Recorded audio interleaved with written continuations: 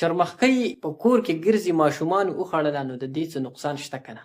په دې دیوال باندې ګرځي په کورونو کې به تاسو کتلي لیزرډ ورته ویلی کېږي، چرمخکۍ ورته په پښتو کې وایي.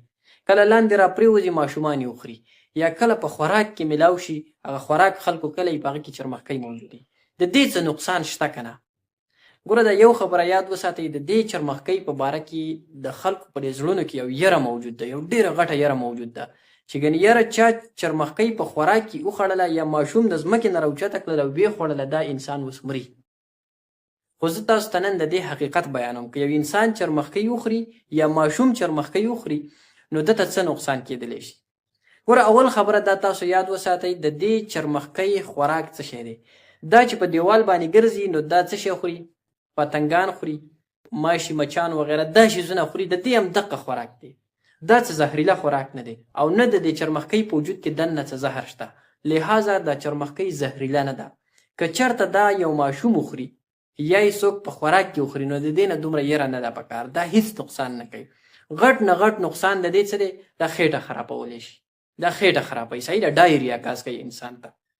د انسان په زړه کې چې د چرمخکۍ نه دا کومه یره موجود د غټ نقصان دا کوي، ځکه چې دا د خلکو په زړه کې او په ذهن کې دا خبره تاویږي چې یاره که ماشوم چرمخکۍ وخوړله او که لویو چېرته وخوړله تېره شوله نو دا انسان مري. حالانکې داسې نه ده، دا زهریله نه ده، انسان ته هیڅ نقصان نه کېږي، دا انسان نه وجني، دا زهریله نه ده. دا یو خبره تاسو یاد وساتئ چې دا زهریله نه ده، دا انسان ته نقصان نه ورکوي.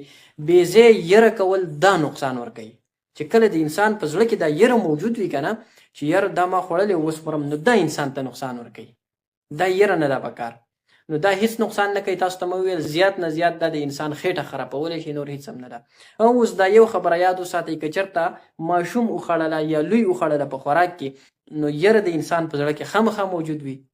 دغه انسان تاسو یو 5-6 غنټې د ځان سره منیټر وساتئ. که ماشوم خوړلې ده په ده باندې نظر وساتئ، دی لږ منیټر کوي چې په ده باندې خو الټۍ نه لګي، د ده اثرات خو بدلیږي را بدلیږي نه، د ده په وجود کې څه چینجز خو نه راځي. نو تاسو ته ما وویل نقصان نه راځي، خو بیا هم په ده باندې تاسو نظر وساتئ. که داسې څه وو نو فوراً یې هسپتال ته رسوئ. پکار دا ده که داسې حالات راشي چې ماشوم وخوړله یا لوی وخوړله نو د الټو کولو کوشش وکړئ چې انسان الټۍ وکړي او د هر سره وګرځئ. باقي د یرې ضرورت نشته.